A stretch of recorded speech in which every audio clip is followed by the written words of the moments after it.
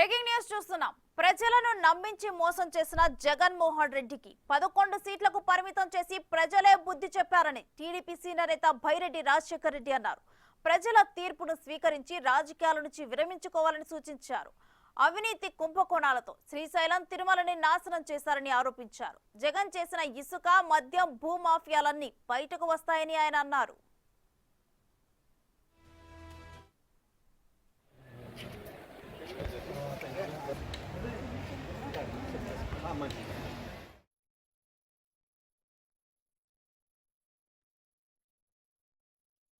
మాయమాటలు చెప్పి అధికారాన్ని చిక్కించుకొని ఆంధ్రప్రదేశ్ను చిన్నాభిన్నం చేసినటువంటి జగన్మోహన్ రెడ్డి ఆ ప్రజలే బుద్ధి చెప్పారు. ఎవరైతే అందలం ఎక్కిచ్చారో అన్నారు నమ్మి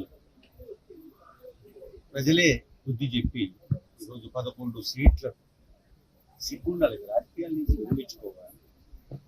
11 సీట్లకు బుద్ధిచ్చి పారేశారు.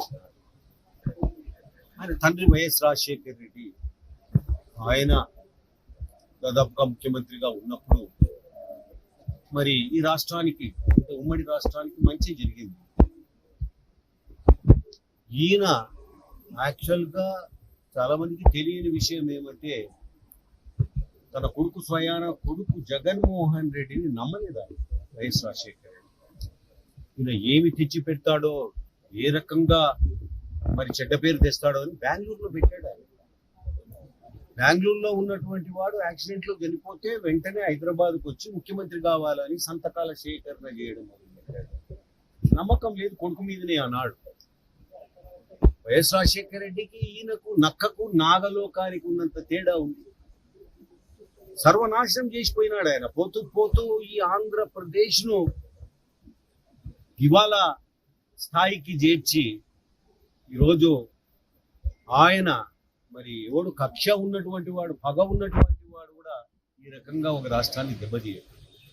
ఆయన దెబ్బతీశాడు. మరి ఆయన అహంకారం, అదే రకంగా ఆయనకున్నటువంటి పొగరు ఈరోజు ఈ రకమైన తీర్పు ప్రజలు చెప్పారు. అన్ని నాశనం చేశారు. చూడండి, శ్రీశైలం అత్యంత పవిత్రమైనటువంటి స్థానం. ఈ శ్రీశైలంలో కూడాను అవినీతి, శ్రీశైలంలో కూడాను కుంభకోణాలు, చివరకు ప్రసాదములో చికెన్ కుక్కలు, సిగ్గులా ఇవే. ఈయన వెంటాడింది ఇవే. తిరుమల తిరుపతి దేవస్థానాన్ని నాశనం చేసి పెట్టారు, పద్ధతులను మార్చేశారు. ఇక్కడ కూడా చాలా పద్ధతులు మారినాయి. ఏదో ఈ హిందువులకు, ధర్మాన్ని నమ్మే వాళ్లకు మరి ఇదో ఈ దేవస్థానాలే ఉన్నాయి. వీటి మీది కూడా యుద్ధానికి వచ్చారు. ఇవన్నీ చాలా మటుకు ఇక్కడ ఉన్నటువంటి కుంభకోణాలు, ఇక్కడ ఉన్నటువంటి అన్ని కూడా రెక్టిఫై చేయాల్సినటువంటి అవసరం ఉంది.